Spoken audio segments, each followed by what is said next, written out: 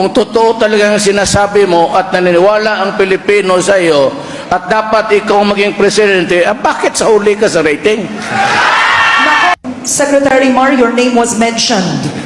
Siguro katang-isip ito ni Mayor Duterte dahil totoo na may mga natutulungan ng PhilHealth sa Davao City. Bukas alas 8 ng umaga, ibibigay ko sa kanya ang lista ng mga Davaoenyo na natulungan ng PhilHealth at ng gobyerno sa Davao City.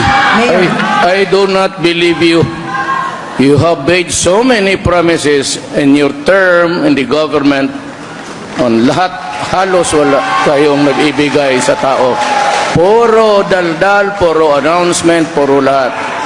No implementation. There is one, it's all corruption. Go ahead, Secretary. Mayor Duterte, I dare you. Kung may mapakita akong tao, pangalan, ospital na talagang natulungan sa Davao City, ikaw ba'y aatras? Kasi ang problema dito, kung hindi pumasok at hindi mo pinaniwalaan ang aktual na facts, na datos, ay babaliwalain mo. Ito ang mga katotohanan. So doon tayo sa katotohanan. Huwag nating lukohin ang ating mga kababayan na walang nangyayari. Ang katotohanan, ang pinakabasehan ng kahit anong pamumuno. Katotohanan ang basehan ng ating tiwala sa isa't Go isa. ahead, Mayor. Well, this is a nationwide problem.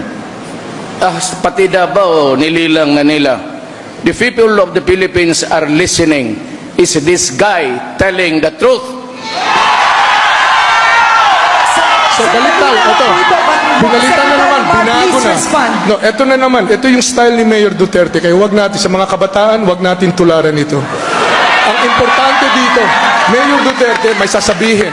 Tapos, kung palagan siya o pakitaan siya ng facts, aatras, magsasabi na naman ng iba. Ito ang hamon ko. Ito ang hamon ko. Simpleng-simple. Sinabi ko ito, sinabi niya, oo. May mapapakita ako.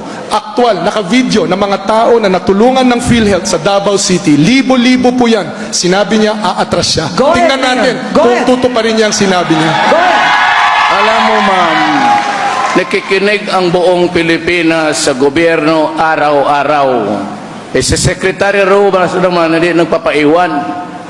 Ngayon, kung totoo talagang sinasabi mo at naniniwala ang Pilipino sa iyo at dapat ikaw maging presidente, bakit sa huli ka sa rating? Nako, okay, ganito. We have to move on at some point. Pero because of that, I will have to let Secretary Mar